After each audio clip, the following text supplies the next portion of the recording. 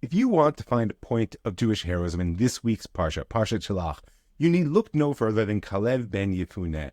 The prince of the tribe of Yehuda went out with 11 of his fellow princes to spy out the land before the conquest.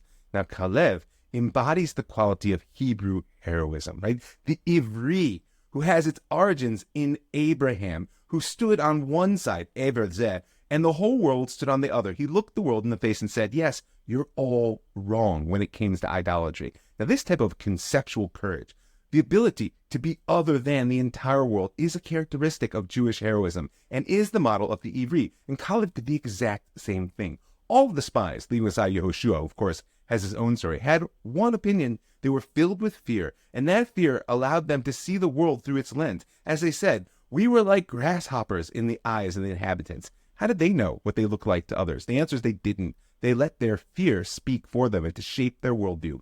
Kalev, however, as the verse said, had ruach acheret. There was another spirit that filled him, filled his heart in favor of God's plan. Where did that spirit come from? Well, as the text says, he went to Hebron. And the Midrash says he went to Hebron to prostrate himself on the graves of his ancestors. Meaning what? Kalev connected to the roots of his ancestors. When faced with a world that told him he was wrong, when faced with the world that was united in its opposition to the path he attempted to plow, instead of giving in and joining the crowd, he harnessed the power of Hebrew heroism, the ability of the Jew to swim upstream, to stand in opposition to what is for the sake of what ought to be. That was the Ruach Acheret, the other spirit which filled Kalev, and was what gave him the merit to be one of two people from his entire generation who would actually enter into the land of Israel. This quality of Hebrew heroism, the ability to swim upstream, to stand opposite the whole world with a conceptual courage that says, I'm not going to give in to my fear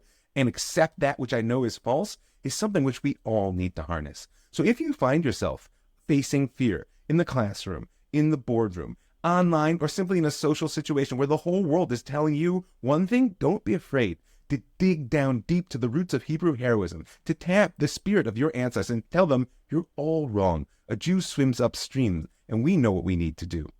If you want to know more about Jewish heroism, go to jewishheroism.com and you'll see the 7 steps of the Torah's heroic journey with all kinds of source sheets and different resources that can help you become a Hebrew hero today.